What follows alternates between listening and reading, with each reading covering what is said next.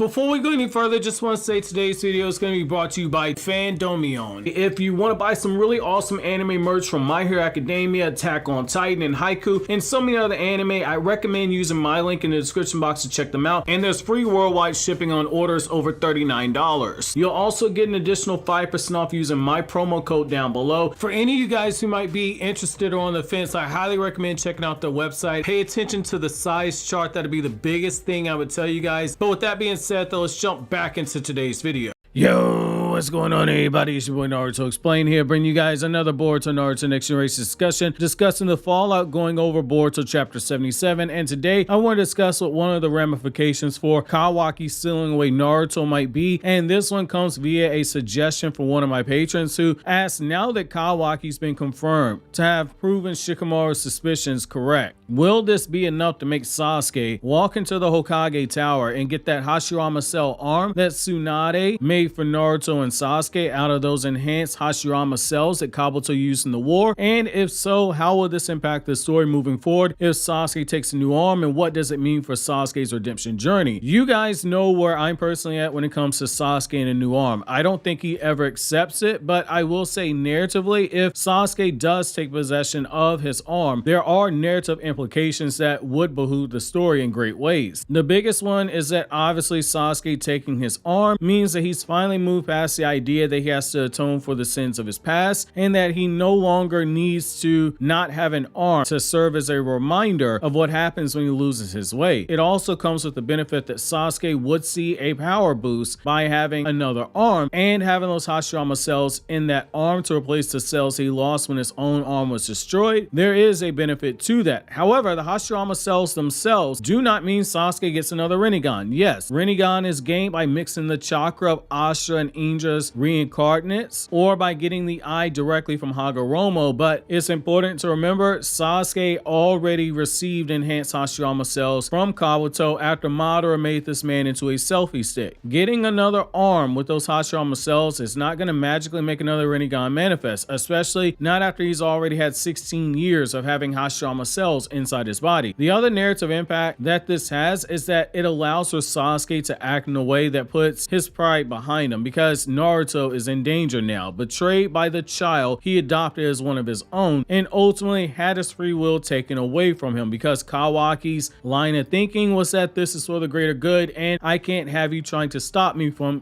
killing your son. We know from the Sasuke Book of Sunrise novel, the Sasuke Retsuden novel, and the Naruto Retsuden novel, that the bond between Naruto and Sasuke, that Asha and Indra effect, it is still there. They're deeply checked in with one another. Sasuke in that Book of Sunrise novel not only credits Naruto with saving him from the darkness, but goes as far as to say that he knows he can count on Naruto to prevent him from backsliding, and that if anything were to ever happen to Naruto, he was worried that he would lose his way again and revert back to what he was before. That's something stronger than the Uchiha feeling a deep love on a much deeper level than anyone else, and how the loss of love changes them more than it would a normal person. He mentions Naruto even before he mentions his own family. And in the Naruto Retsuden novel, Hinata even goes as far as to tell Sasuke that if he ever died for Naruto's sake, she's worried about how it would affect her husband, and worried about him in more than just mental ways, because Naruto wouldn't be able to go on living knowing that Sasuke gave his life for Naruto's sake. Narratively, we have a chance to see Sasuke overcome those potential demons by taking that other arm, realizing that if he's going to support the village, he needs that other arm, especially now that the Hokage is gone. There's a great chance for more internal and external conflict here if this were to happen. That being said, another arm also has some benefits to Sasuke. It directly changes the way he can fight in battle, because it adds more motion and it adds more movement and allows him to respond to situations in a way that can be handled differently. It makes Sasuke an even more dangerous person to fight in battle. However, if we make the assumption that his hashirama arm wasn't just held in storage, but that prototype arms continue to be made, and that tweaks are made to Sasuke's arm, just just like they were for Naruto's, we might see that Konoha has a ninja tech arm for Sasuke like they did for Naruto that Sasuke can actually use. That hashirama arm might have other goodies baked into it that Sasuke can use. While I think the likely thing is that Sasuke is going to confront Kawaki or Code as he is currently, taking that other arm, it could work to his advantage because he has the benefit of something that Naruto doesn't. Sasuke already has hashirama cells inside of him, and getting an arm with hashirama cells, that could add the door for him to start using Hashirama's Kekkei Genkai would release because he would have more of those hashirama cells. We've already seen it before. If your body doesn't kill you because it rejects the hashirama cells, one of the benefits that you get is that you're able to use wood release. Depending on who Sasuke would fight in this scenario, wood release comes with a whole bunch of benefits. Wood release allows him to start using jutsu that can not only bind his target, but also suppress and absorb their chakra. Against someone like Kawaki who uses chakra in a limited capacity,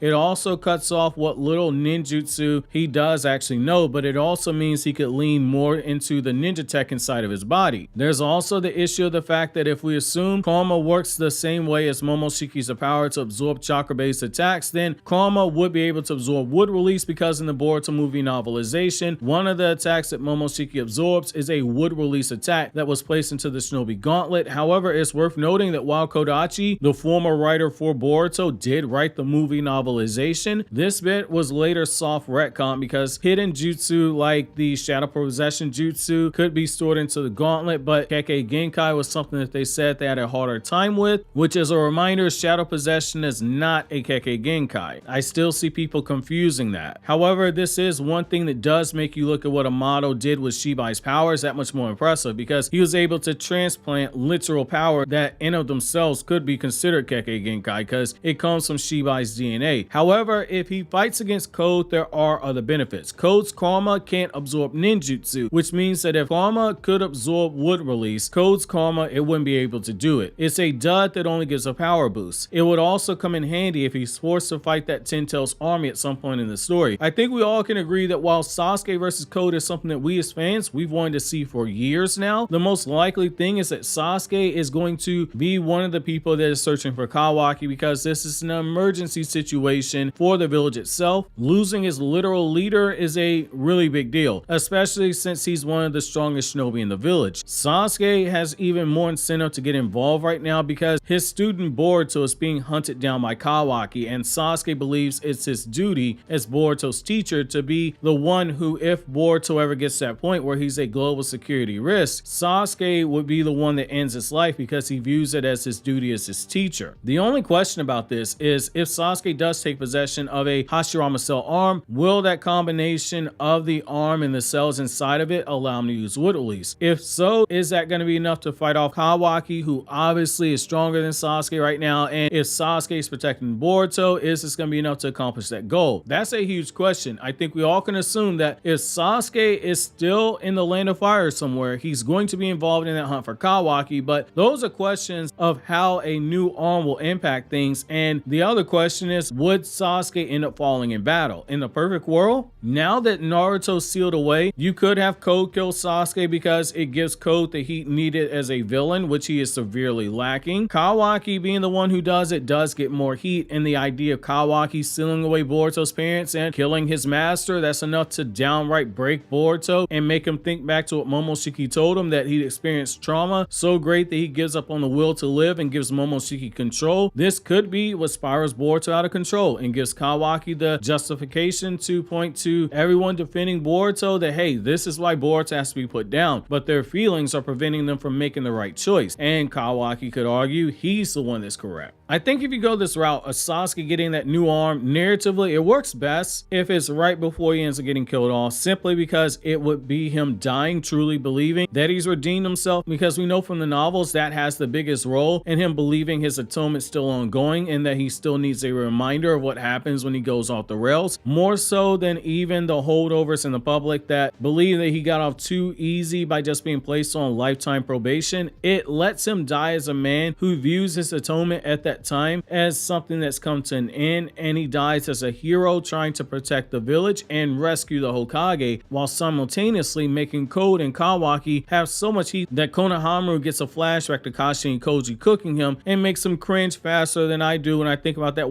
Whopper Whopper Burger King jingle that plays during the NFL playoff games. We've got something here narratively that really could work, but it's largely going to come down to how well is it executed. Sasuke taking his arm and viewing his redemption as complete, it's gotta have a solid delivery. The same if he's killed after this. In my humble opinion, the only real way you make his death hit hard is if you remake that scene from Rurouni Kenshin Reflection, which is an OVA, where after Kenshin has made peace with everything that he's done, he dies in the arms of Karu. Swap Kenshin with Sasuke, replace Karu with Sakura and Sarada, and you got something beautiful on your hands if you're writing Sasuke off, especially if Boruto stumbles across the scene afterwards and that ends up leading to Boruto losing control. That gets Kawaki or Code the amount of heat that makes things to a point where they might get toxic, but it evokes an emotion that you need right now in the story itself. You got to continue building on Naruto being sealed away. However, that's just my thoughts on this. Do you guys agree that if Sasuke gets a new arm in response to Kawaki sealing Naruto, that it means his redemption is over in his eyes? While you think that over, click here to watch this video for my KRYPTONIAN SAIYAN channel where I talk about other anime, or click here to watch this Naruto Explained video.